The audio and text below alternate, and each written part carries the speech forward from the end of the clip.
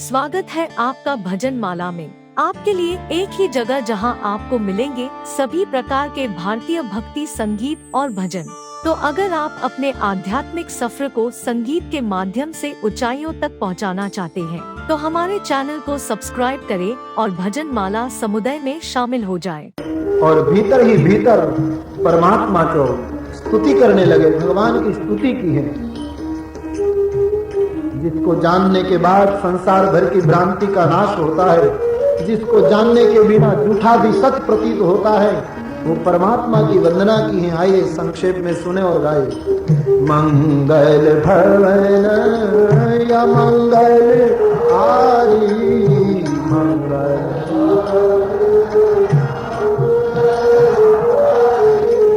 द्रवहु सो दशरथ अजिर बिहारी, द्रवहु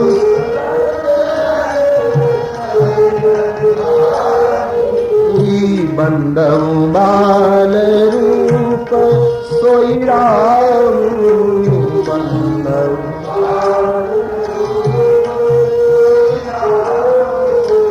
सब सिद्धि सुलभ जपत जिस नाम,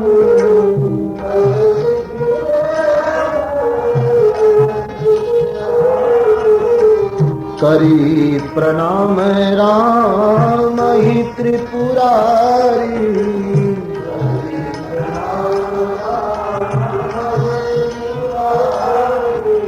हर्षि सुधासन गिरा उच्चारी,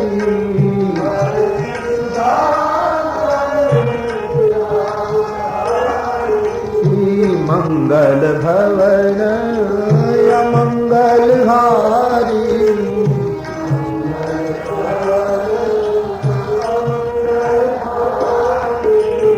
भगवान राम के बाल रूप को प्रणाम करके भगवान शंकर कैलाश पर से जब बोले तो सबसे पहला वाक्य क्या निकला?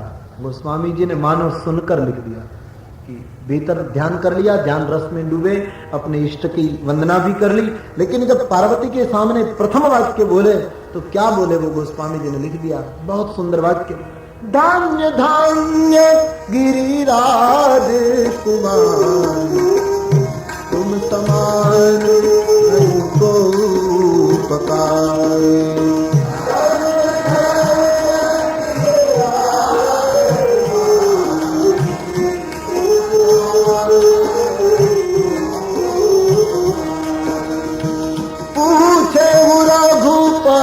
कथा प्रसंगा सकल लोक जग पावन गंगा,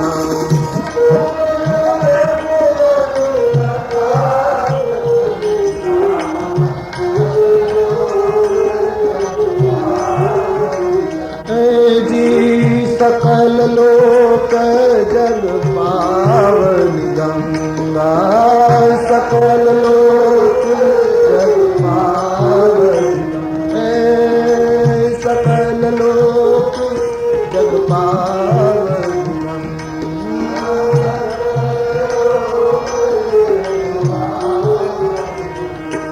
पार्वती धन्य हो, तुम समान कोई उपकारी नहीं, क्योंकि तुमने ऐसी कथा पूछी जो समग्र लोक को पावन करने वाली गंगा है। मेरी जटा से जो बही वो तो केवल हिंदुस्तान को ही पावन कर पाई, लेकिन अब मेरे मुंह से जो गंगा निकलेगी भवानी, वो तो विश्व को पवित्र कर देगी, भूगोल को चीरती हुई जन जन हृदय तक पहुंचेगी, सकल लोक जग पावनी गंगा। तुम धन्य हो। और पार्वती कथा के बारे में मेरा अभिप्राय है कि जो लोगों ने कथा नहीं सुनी, बाबा जी कहते हैं, शिव जी ने कहा, जिन हरि कथा सुनी श्रवण रंग भवन समाना,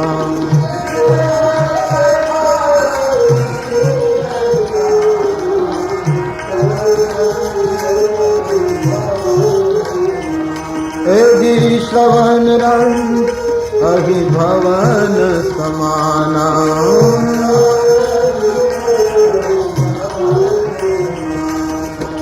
नयन संत दरस नहीं देखा, लोचन मोर पंख करेगा।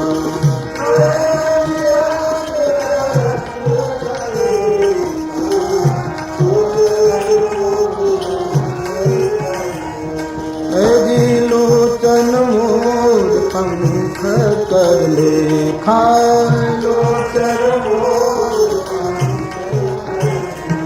भवानी, मेरा अभिप्राय है जिन लोगों ने अपने कानों से भगवत कथा नहीं सुनी उसके कान कान नहीं, जिन लोगों ने नजर से संतों के दर्शन नहीं किए वो नेत्र नेत्र नहीं मोर पंख की छापे हैं, वो सीना सीना नहीं वज्र से भी ज्यादा कठोर हैं जो भगवत चरित्र सुनकर गदगदित न हो, वो सर कटु तुम्बा है जो संत गुरु के चरण में झुकता है। तुमने बहुत जगत पर उपकार की बात कही, मैं कथा जरूर कहूं, लेकिन देवी एक बात आपकी मुझे अच्छी नहीं लगी कि अभी भी तुम कहती हो कि राम को आना, राम दूसरा तक, वो मुझे नहीं अच्छा लगा। देवी, नशा किया हो और आदमी नौका में बैठ जाए, एक तो नशे में आदमी चंचल, नौका चंचल, दरिया चंचल, और ऐसा चंचल आदमी नौका रूट होने के बाद ये कहे कि नौका नहीं चल रही है, समुद्र का किनारा चल रहा है, तो कौन मानेगा? ये तो नशे की भाषा। आंख पर कोई ऐसे अंगुली रखे और आकाश में देखकर कहे कि आकाश में 2 चंद्र है, कौन मानेगा? तो देवी, ये तो अधम लोग ऐसी बात करें, मूढ़ लोग ऐसी बात करें, आपको ऐसी बात नहीं करनी चाहिए। परमात्मा साक्षात ब्रह्म है, जिसके रूप को देखकर आपको संदेह हो गया वो साक्षात ईश्वर है, ईश्वर है, परमात्मा है, जो बिना पैर चल सकते हैं, बिना हाथ काम करते हैं, बिना जीभ परम प्रवक्ता है, बिना शरीर सबको छूता है। परमात्मा के निराकार रूप का कुछ वर्णन किया है, भवानी के मन का समाधान किया। भवानी भगवान के चरण में वंदन करके कहती हैं, आपकी कृपा से मेरा मोह नष्ट होता जा रहा, आप मुझे विलंब किए बिना भगवत कथा के प्रति ले जाएं। भगवान का अवतार क्यों हुआ ये मुझे बताइए। भगवान शिव जी कैलाश के उतंग ज्ञानपीठ पर बैठकर अब भवानी के सामने राम कथा खोलने जा रहे हैं। भगवान शिव जी ने भी अपने इष्ट का ध्यान कर लिया और अपना अभिप्राय राम कथा के लिए दिया कि राम कथा क्या है। सब लोग महात्मा तो कहेंगे ही, तो शिव जी ने भी बहुत सुंदर शब्द कहे कि राम कथा मेरे अभिप्राय में क्या। बाबा जी कहते राम कथा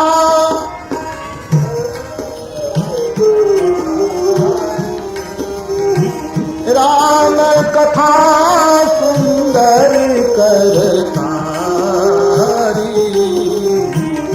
राम कथा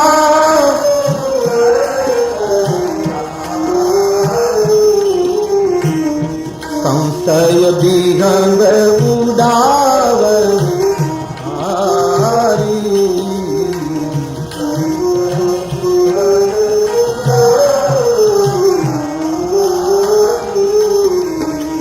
राम कथा कली बीत पर पुठारी,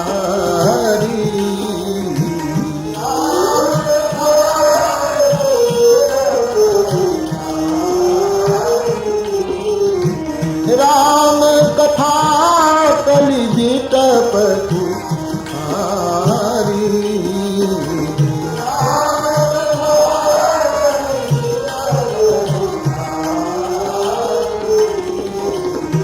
सादर सुनु गिरिराज कुमारी,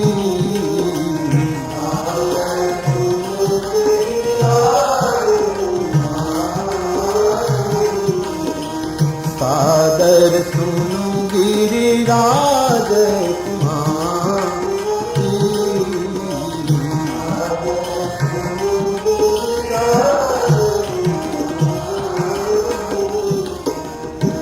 बहुत सुंदर दृष्टांत दिया कि राम कथा और कुछ नहीं, 2 हाथ की करताली है।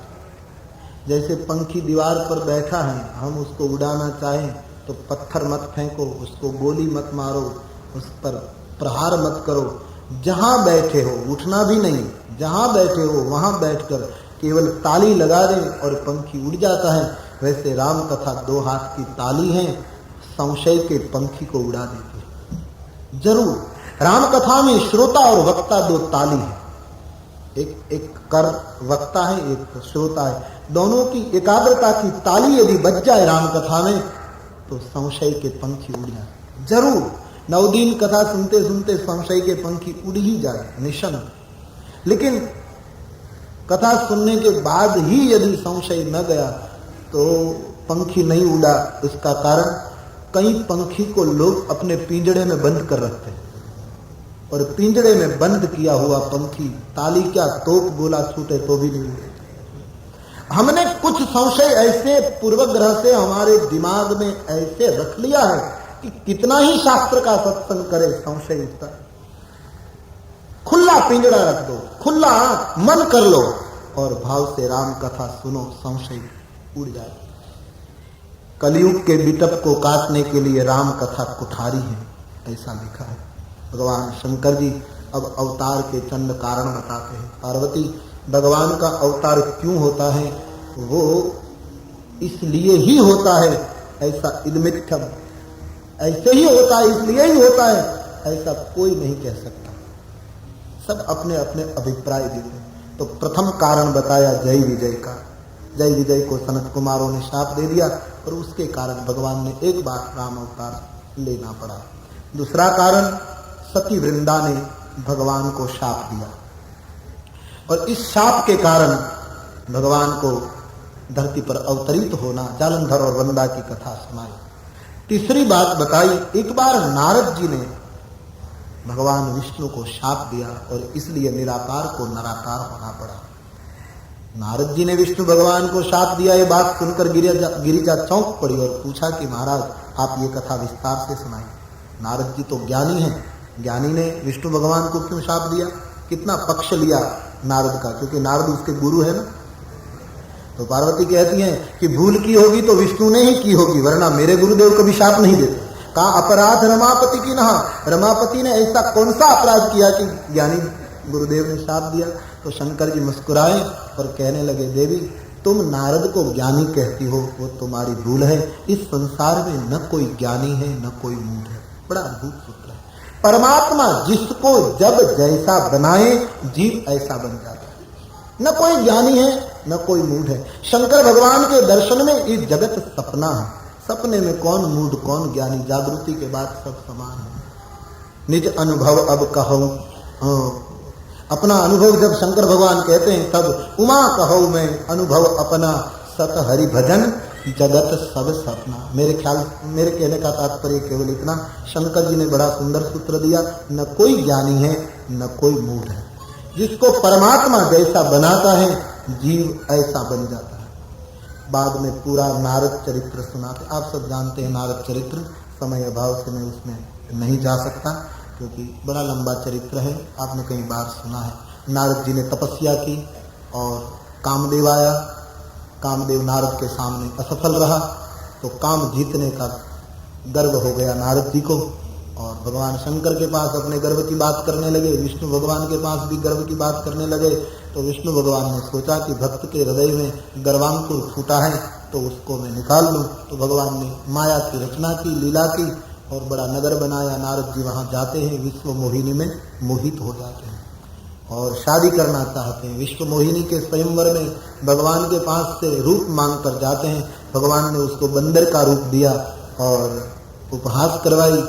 भगवान दो रीत से जीव का हित करते हैं, एक तो प्रसाद देकर हित करते हैं और कभी कभी जीव को बीमारी लग जाती है तो कड़वी दवा देकर उसका हित कर लेते हैं। तो नारद के पास भगवान वैद्य के रूप में आते हैं और उसको कुरूप देकर उसके अहंकार को तोड़ना चाहते थे।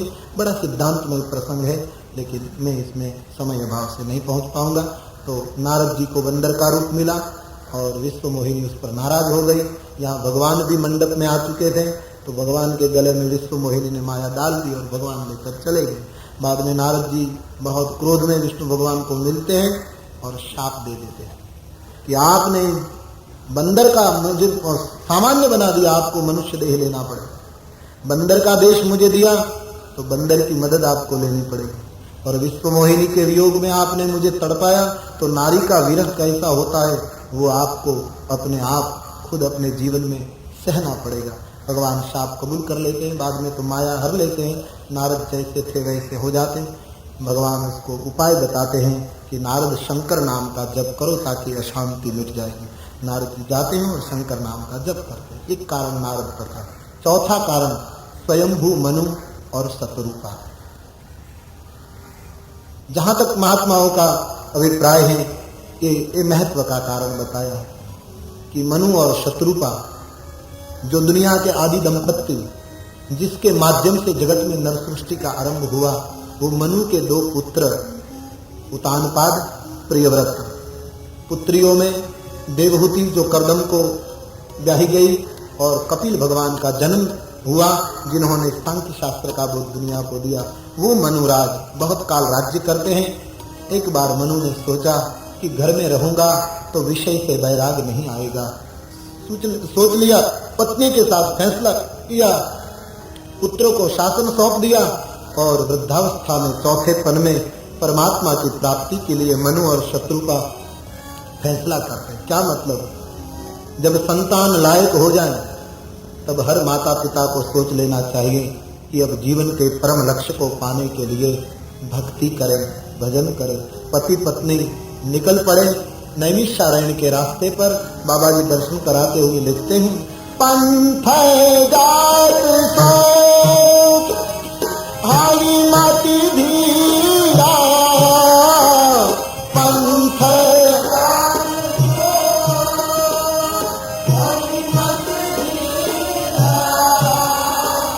ज्ञान भगति गनु धरे शरीरा, ज्ञान भगति गनु,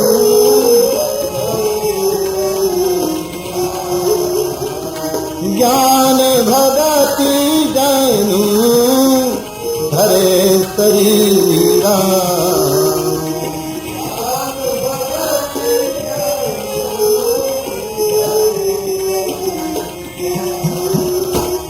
पहुँचे जाई धेनुमति तीरा, पहुँचे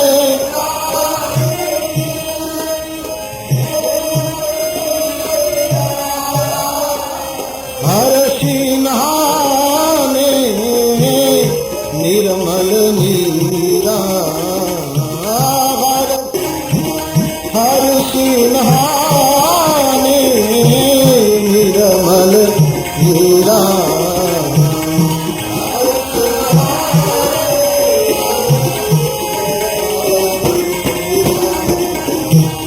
पंथ जात सो अहिमति धीरा,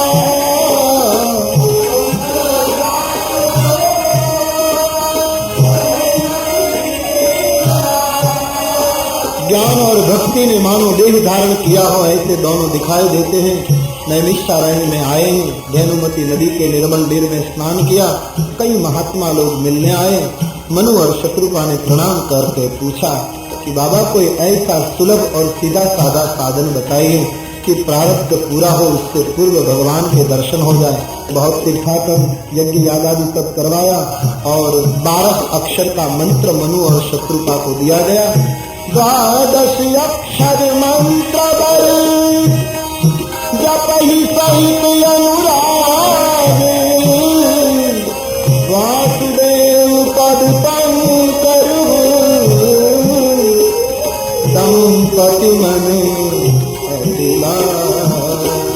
12 अक्षर के मंत्र का जप दोनों करने कड़ी तपस्या मनु ने की है। परमात्मा कितनी तपस्या के बाद मिले। शरीर हाड़ पिंजर जैसे हो गए। बार बार देवता लोग आकर प्रलोभन बताते रहे लेकिन धीरजवान हिले ना। आकाशवाणी हुई, मनु महाराज तुम्हारे मनोरथ सफल हो रहे हैं, मांगो क्या दे। आकाशवाणी की पवित्र वाणी कान से जब हृदय में उतरी तो शरीर जैसे से वैसे बन गए और मनु ने भगवान से मांगा कि ऐसे पर्दे में बात मत करे। जो स्वरूप शिव के मन में निवास करता है वो सारंग पाणी का रूप धारण करके आप हमारे सामने प्रकट हो जाए। भगवान के प्रत्यक्ष दर्शन की मांग की। भक्ति में इतनी तीव्रता है कि निराकार को अपनी इच्छा के अनुकूल साकार बना देते हैं। ज्ञान मार्ग में ऐसा सिद्धांत माना गया कि ज्ञान में साधक को ऊपर उठना होता है और प्रभु की प्राप्ति। भक्ति मार्ग में साधक को वहीं के वहीं रहना और भगवान साधक की इच्छा के अनुकूल नीचे आ जाता है। एक में खुद को उठना, दूसरे में खुदा को नीचे आना होता है। ये सिद्धांत महात्मा लोग बताते हैं। तीव्र प्रेम देखकर मनु और शत्रुपा के सामने नील सरोरुह नील मणि नील नीर धर श्याम लाज ही तन शोभा निरखी कोटि कोटि सतकाम आदि शक्ति श्री सीता जी को लेकर भगवान प्रकट होते हैं। मनु शत्रुपा चरणों में गिर गए। भगवान मनु को उठाते हैं। गदगदित मनु कुछ बोल नहीं पाए। भगवान ने कहा मांगो। स्वस्थ होकर मनु ने मांगा कि एक इच्छा है प्रभु, क्या अगले जन्म में हम पति पत्नी हो जाएं पुनः, और उस वक्त हमारे घर आप जैसे बेटे का जन्म हो। भगवान ने जब मनु की ये बात सुनी तो इतने भाव विभोर प्रभु कि तुरंत तथास्तु कह दिया। बाद में भगवान ने सोचा कि मेरे जैसा तो इस संसार में कोई है ही नहीं। मनु, अब मैंने वचन दे ही दिया है तो जाओ, मैं खुद आपके घर बेटा बनकर आऊंगा। शत्रुपा जी को पूछा आपको कुछ चाहिए? माता जी बोले नहीं, मेरे चतुर पतिदेव ने जो मांगा तो मुझे बहुत प्रिय लगा, मुझे कुछ नहीं चाहिए, लेकिन एक बात, आप हमारे घर बेटे बनकर आओ तो आपके भक्त को जो गति, जो रहन सहन, जो स्थिति, जो प्रेम मिले तो सब हमको मिले, हम उससे रहित न रह जाए। पुनः मनु ने एक बात और मांगी कि आप हमारे घर पुत्र के रूप में आओ, तब आपके ऊपर पुत्र विषयी ऐसा प्रेम हमारा हो कि मणि के बिना जैसे फनी तड़पता है और जल के बिना जैसे मछली मर जाती है, वैसे मैं आपके विरह में मर जाऊं, मेरी मृत्यु हो जाए। दुनिया में जीवन तो सब मांगते हैं, मौत कौन मांगता है? मनु महाराज मृत्यु मांग रहे हैं, बड़भागी हैं। भगवान तथास्तु कहकर सब सूचना देकर चले गए। मनु ने श्रेष्ठ जीवन ऋषियों के साथ बिताया। जब प्राण चले गए तब स्वर्गवास हुआ। बहुत पुण्य कमाए थे, तो जब समाप्त हो गए पुण्य, उसके बाद पुनः धरती पर अवतरित होते हैं और उसके घर परमात्मा निराकार से नराकार हो जाते हैं। तो ये चौथा कारण बताया। पांचवा कारण विश्व विदित एक कई देश की कथा बताई। सत्यकेतु नामक राजा और उसके दो बेटे प्रताप भानु और अरिमर्दन, उसकी कथा बताई। सत्यकेतु वन में गया, प्रताप भानु को गादी मिली, उसने दिग्विजय कर लिया।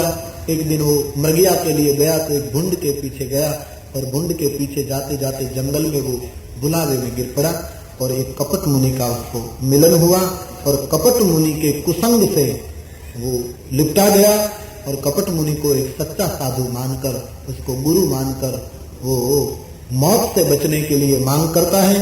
कपट मुनि ने सब षड्यंत्र रच दिया था और ब्राह्मणों को भोजन कराने का प्रबंध किया। और यहाँ कपट मुनि का जो एक मित्र था कालकेतु राक्षस, जो भुंड बनकर बुलावे में डाल चुका था, वो विप्र के रूप में आता है और सब रसोई ऐसी बनाई कि ब्राह्मण शाप दे दे। और सब ब्राह्मण लोग जब भोजन करने बैठे, आकाशवाणी हुई और ब्राह्मणों ने शाप दे दिया प्रताप भानु को कि ईश्वर ने हमारे धर्म को बचाया, तुम हमें धर्मभ्रष्ट करना चाहते थे, तुम्हारा पूरा परिवार, तुम्हारे कुल में कोई जलदाता नहीं बचेगा, 1 वर्ष में सबका नाश हो जाएगा और दूसरे जन्म में राक्षस कुल में अवतरित हो जाएगा। ब्राह्मणों के शाप के कारण प्रताप भानु की अंत में मृत्यु होती है, उसका पूरा परिवार मृत्यु के मुंह में चला जाता है।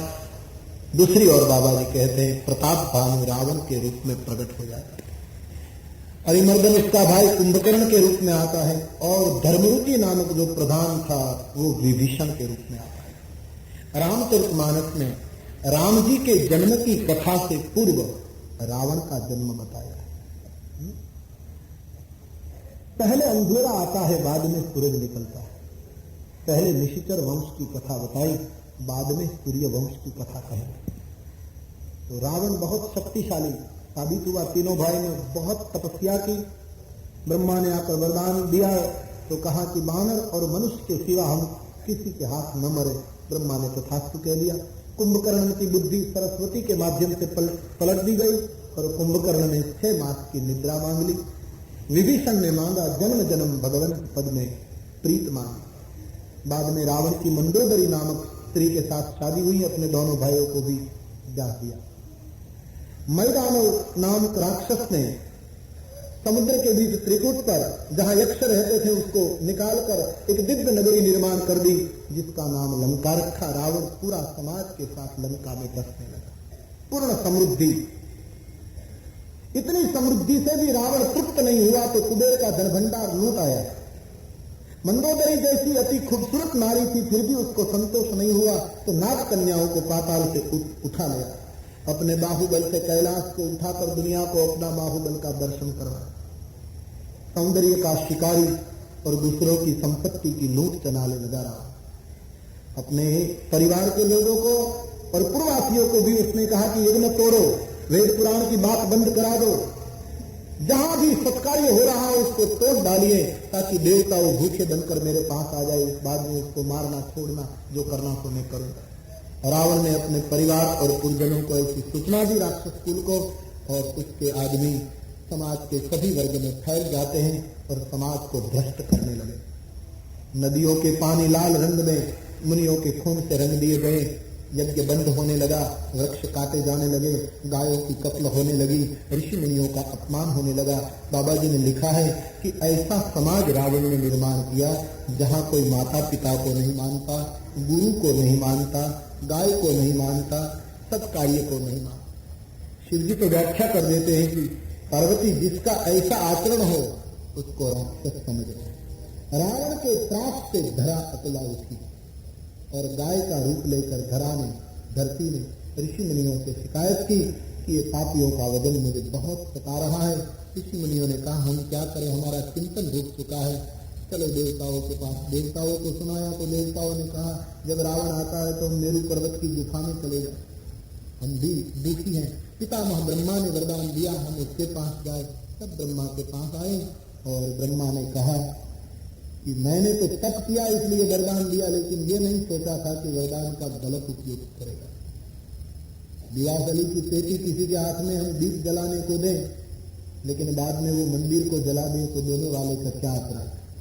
अब मैं भी मुश्किल में हूँ, देवताओं ऋषियों धरत्री, अब तो एक ही उपाय है कि हम सबको जिन्होंने बनाया वो परात्पर ब्रह्म की हम प्रार्थना करें और वही समस्या का उकेल दे सकते हैं। तब देवताओं के साथ शिव जी कहते हैं मैं भी वहां था और ब्रह्मा ने देवताओं को एक प्रश्न पूछा कि भगवान कहाँ मिलेंगे। तब देवताओं ने बिलग बिलग अभिप्राय दिया।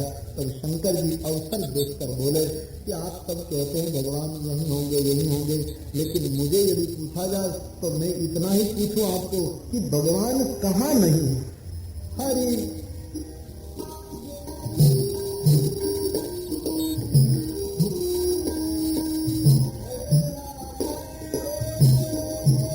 परमात्मा सब जगह पर व्यापक है, समान रूपेण व्यापक। बाबा जी कहते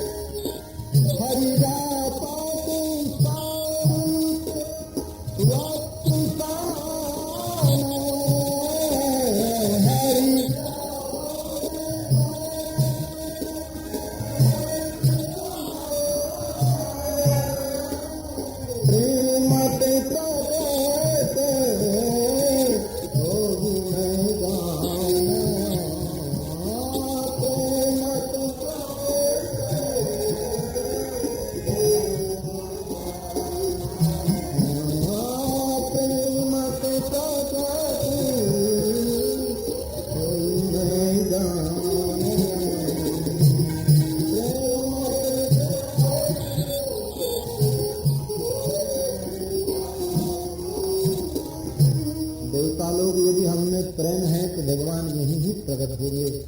सब जगह पर परमात्मा है, व्यापक है और समान रूपेण व्यापक है। सुंदर सूत्र दिया ब्रह्मा ने, साधु आप दे दिया शिव जी को और फैसला कर लिया कि जहाँ खड़े हैं वहाँ ही परमात्मा की स्तुति करें।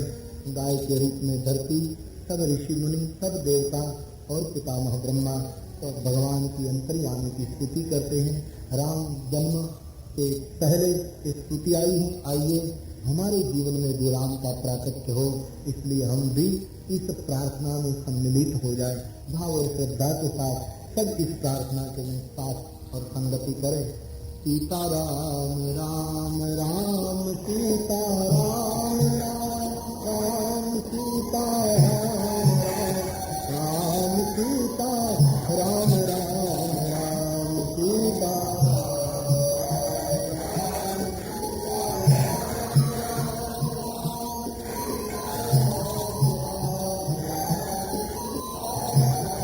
राम राम जय जय सूर नायक जन सुखदायक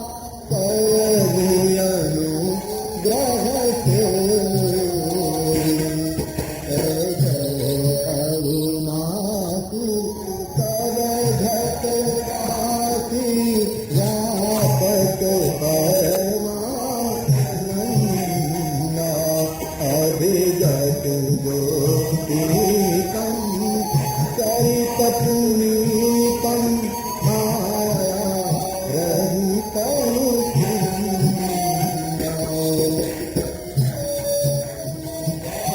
वियति अनुरागी विगत मोह मुनिवृन्दा नीति बातर रागी जयति सच्चिदानन्दा गोविला उपाय प्रीत बनाए संग सहाय पूजा तो कर्म भारी चिंता हमारी जानी भगति में पूजा भव भारी दे मंदर पद विधि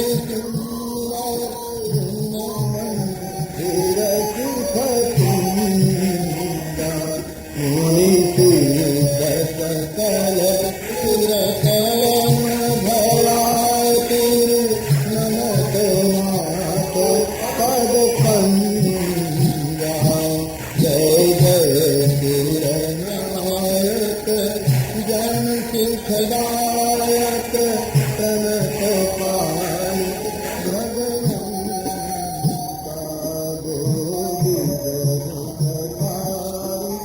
जय असुरारी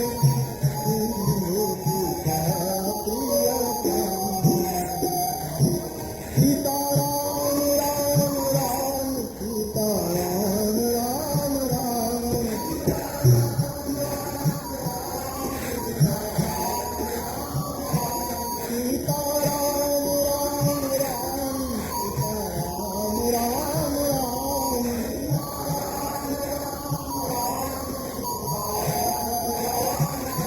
सीताराम राम राम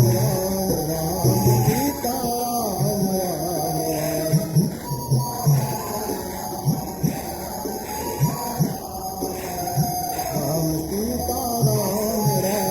राम सीताराम राम राम सीताराम राम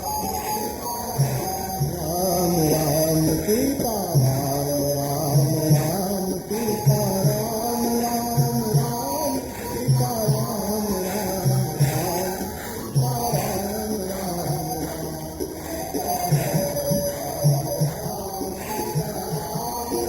राम सीताराम राम राम राम राम सीताराम राम राम सीताराम राम राम सीताराम राम सीताराम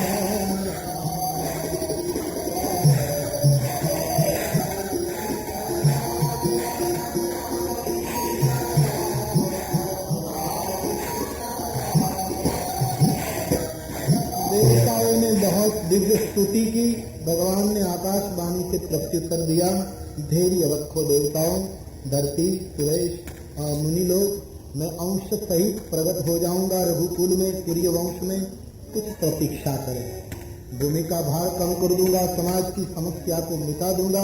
आकाशवाणी सुनकर सब लोग बहुत प्रसन्न, देवता लोग अपने अपने लोक में जाने के तैयार।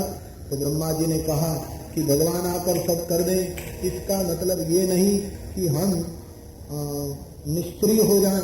आप सब बानर का रूप लेकर, भालू का रूप लेकर कुरूप छोड़कर कुरूप हो जाएंगे। अब तक भोगवादी रहे, इसलिए रावण को जीत नहीं पाए, लेकिन अब भोग देना सीख लें और बानर और भालू का रूप लेकर भगवान की प्रतीक्षा करें। तब देवताओं अपने आंशिक अवतार लेकर धरती पर भगवान से पूर्व आ जाते हैं और भगवान की प्रतीक्षा करने लगते हैं। पहले पुरुषार्थ करना, परमात्मा की प्राप्ति के लिए यहाँ कुछ सोपान बताए हैं। पहले पुरुषार्थ करना, पुरुषार्थ के बाद प्रार्थना करना, और प्रार्थना और पुरुषार्थ के बाद प्रतीक्षा करना। पुरुषार्थ, प्रार्थना और प्रतीक्षा तीनों का समन्वय परमात्मा के प्रागट्य में परिणित हो जाता है। तो देवताओं ने ये बात सुनकर बानर और भालू का रूप ले लिया है।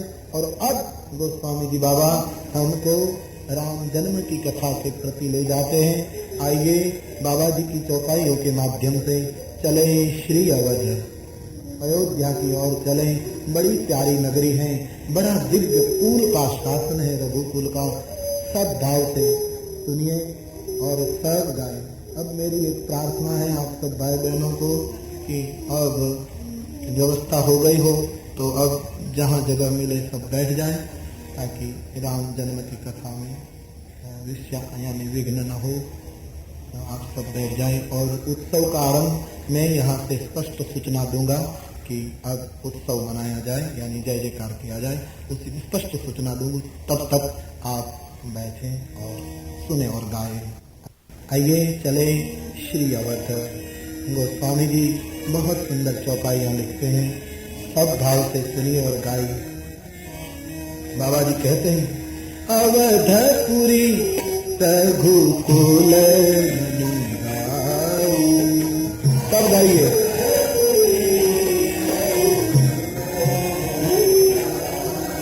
भूल जाइए कलकत्ता को और चलिए बाबा के साथ श्री अवध।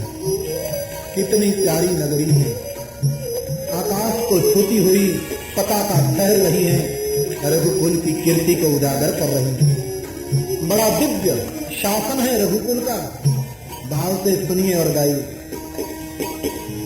अवधपुरी रघुकुल मणिरा गाइए।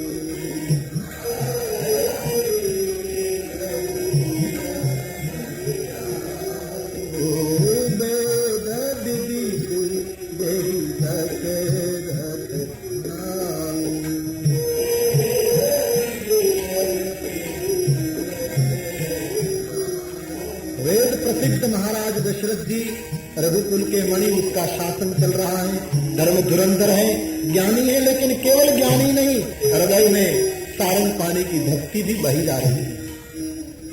सब सुख है श्री अवध में।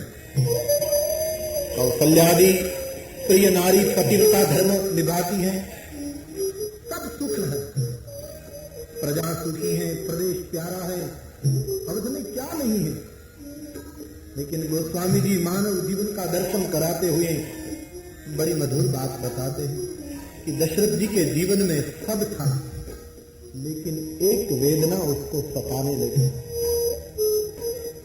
एक बार ग्लानि से मन भर गया, मुझे पुत्र नहीं है। वशिष्ठ जैसे मेरे गुरुदेव, मेरे महलों की दीवारें चाहती हैं कि कोई बालक हमको छूकर चलना सीखे। पूरा भवन उदास सा महसूस होता था। आंख में अश्रु आ गए महाराज को। इसका मतलब क्या हुआ कि दशरथ जी जैसी महानता होने पर भी जीवन में कुछ न कुछ कमी सता रही थी। यहाँ किसी का जीवन पूर्ण नहीं होता, कोई न कोई कमियां रहती ही है। हमारे गुजराती में दो पंक्ति है, सुनिए। यहां एक सिद्धांत भी सुन लीजिए कि संसार जब भी जिसको ही मिलेगा अधूरा ही मिलेगा, क्योंकि संसार में पूर्ण मिलने की व्यवस्था ही नहीं। जब भी जिसको संसार मिलता है अपूर्ण ही मिलता है, और परमात्मा जब भी जिसको मिलता है पूर्ण ही मिलता है। परमात्मा में अपूर्ण मिलने की व्यवस्था नहीं और संसार में पूर्ण मिलने की व्यवस्था। इसलिए जब जीवन में कोई कमियां सताए तो ठाकुर जी के पास जाकर रो लेना या कोई संत के पास जाकर रो लेना। दुनिया के पास मत कहना, क्योंकि दुनिया तो सब दुखी है। हम बता रहे हैं, दुनिया बताती नहीं, इतना फर्क, लेकिन सब दुखी। किसी ने लिखा है, इस बस्ती में हमारे आंसुओं को कौन पोंछेगा, इस बस्ती में हमारे आंसुओं को कौन पोंछेगा, क्योंकि यहां जिसको देखो उसका दामन भीगा लगता है। यहां जिसको देखो उसका दामन भीगा लगता है। सब रो रहे हैं, किसके साथ फरियाद करें। गुजराती पंक्ति बड़ी मधुर है, आप समझ सकेंगे। तो करें क्या? बहुत बिल्कुल सीधी सादी पंक्ति है, लेकिन कितनी मधुर बात कवि ने दो पंक्ति में डाली। बिल्कुल सीधी पंक्तियां हैं, सुनिए। दर्द ने गाया बिना रोया करो, दर्द जहां तक गाओ मत, कहीं बैठकर रो लो। दुनिया को क्यों दर्द सुना? संसार के सामने सदैव समर्थ रहना और परमात्मा के सामने कायम असमर्थ रहना। दुनिया के सामने कभी असमर्थ मत बनना, कंगाल मत बनना। बनना तो प्रभु के पास। तो स्वामी जी कहते हैं ना,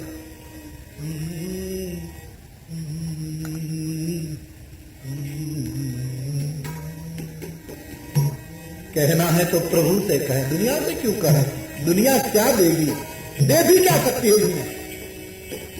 दीनता यदि गानी है तो ठाकुर के सामने का, तू दयाल दीन हो, तू दयाल, तू दानी हो, भिखारी,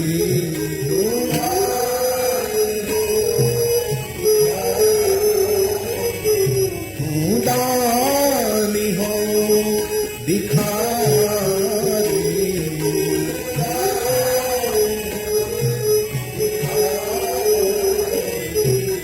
तू दयाल, तू दयाल। तो दर्द में गाया बिना रोया करो। जहां तहां दर्द को गाना मत, रो लो। दर्द में गाया विना रोया करो અને જીવનમાં જે થાય તે જોયા કરો।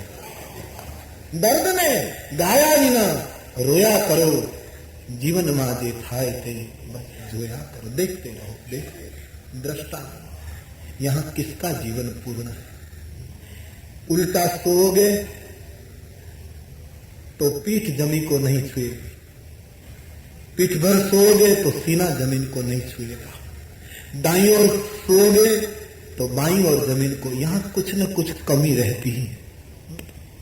200 रुपये में गेहूं की एक बोरी 5 मिनट में बाजार से जो खरीद लेता है वो कभी उठा नहीं सकता, और 2 रुपये में 1 मिनट में इस कंधे पर रखकर इस ट्रक में फेंक देता है वो कभी खरीद नहीं सकता। यहां कमी रहती ही है। जिसके पास ये है तो ये नहीं कर सकता, ये करता है तो ये नहीं कर सकता। हमारे सौराष्ट्र में कहावत के रूप में कहा जाता है कि सौराष्ट्र में पानी नहीं पत्थर बहो।